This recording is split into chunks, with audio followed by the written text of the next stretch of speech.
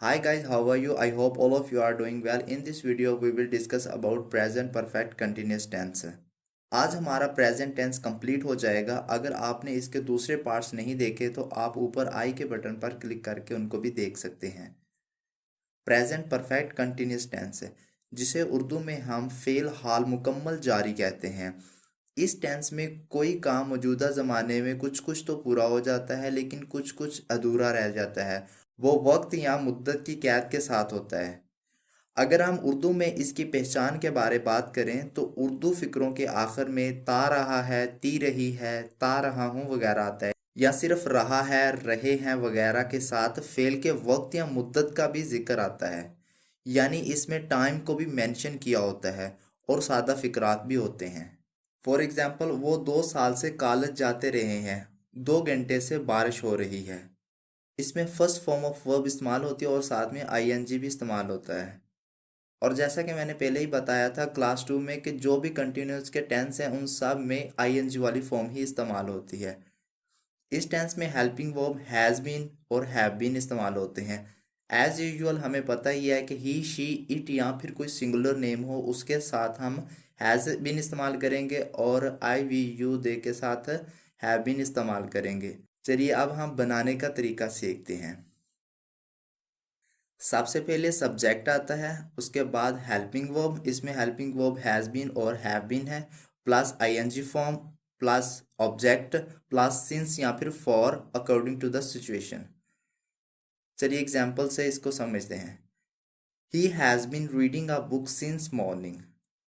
देखिए सबसे पहले ही आ गया जो कि सब्जेक्ट है, उसके बाद हैज़ बीन जो कि एक हेल्पिंग वर्ब है, उसके बाद रीडिंग ये एक वर्ब है और बुक एक ऑब्जेक्ट है। इसके बाद सिंस और फॉर ये अकॉर्डिंग टू द सिचुएशन आ गया है।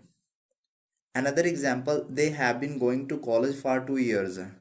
देखें इसमें दे जो है वो भी सब्जेक्ट है, उसके बाद हैव बीन हेल्पिंग वर्ब है और गोइंग वर्ब है और कॉलेज ऑब्जेक्ट है और उसके बाद फॉर इस्तेमाल हुआ है। अब हम देखते हैं कि सिंस किसके साथ इस्तेमाल होता है और फार किसके साथ इस्तेमाल होता है। पीरियड ऑफ टाइम यानी मुकर्रर मुद्दत, मसलन 2 घंटे से, 10 साल से या कई सालों से, ऐसे फिक्रों के लिए हम फॉर इस्तेमाल करते हैं।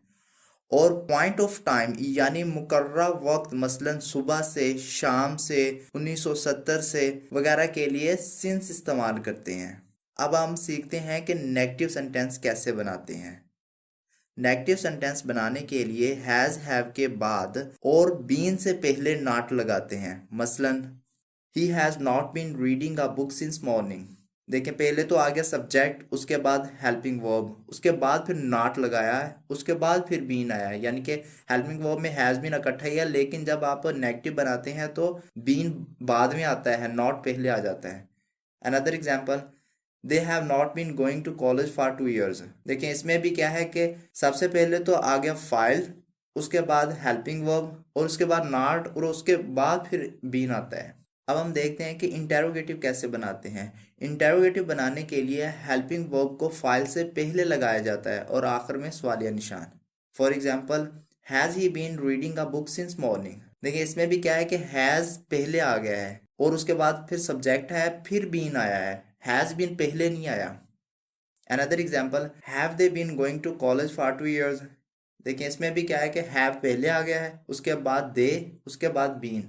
अब हम सीखते हैं कि डबल सवालिया किस तरह बनाते हैं। डबल सवालिया बनाने के लिए क्वेश्चन वर्ड्स को सादा सवालिया फिक्रों के शुरू में लगाया जाता है और इनमें भी आखिर में क्वेश्चन मार्क लगाया जाता है।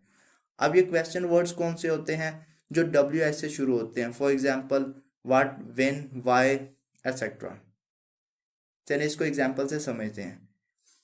How has he been reading a book since morning. देखिए पहले तो सिर्फ वो सिंपल ही सेंटेंस था जो सवालिया सेंटेंस है, जैसे has he been reading a book since morning.